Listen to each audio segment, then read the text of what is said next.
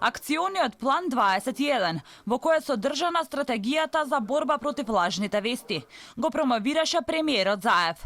А пред само 5 дена на пресконференција, портпаролката на социјалдемократите Кузевска кажа дека СДСМ била одговорна партија и тие ќе се бореле за спречување на лажни вести. Оваа изјава на Кузевска, дел од новинарите, ја толкуваат како обид за изедначување на партијата со државата.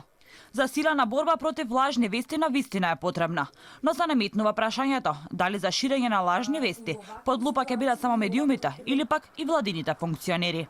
Во 2018 година на Facebook профилот на премиерот Заев беше објавена фотографија на која во авион седат Заев, Османи, Димитров и Анѓушев, а во описот на објавата пишува: Советот на министри за надворешни работи на земјите членки на Европската Унија на денешната седница донесе одлука од јуни 2019 година да започнат преговорите за членство на Република Македонија во ЕУ. Сега граѓаните на Република Македонија можат да кажат силно и слободно да за Европска Македонија.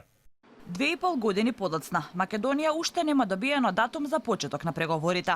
Претходно, исто така на профилот на Заев имаше објава дека македонскиот премиер се сретнал со американскиот претседател Трамп и изразил поддршка и посакал успех за реформите на Обединетите нации.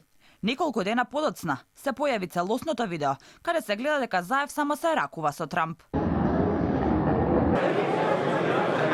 Не толку одамна, министерката за одбрана Шекеринска објави дека на авион на ескадрилата на САД било аплицирано македонското знаме. За подоцна, медиумите да објават дека тоа не било нашето знаме, туку амблемот на ескадрилата на која е прикажан јавач на коњ на изгресонце. За владиниот план против дезинформација од владеачката партија кажаа дека ќе биле консултирани медиумските работници и граѓанскиот сектор, но сепак не се знае како и дали ќе одговараат оние кои шират лажни вести, а не се медиуми.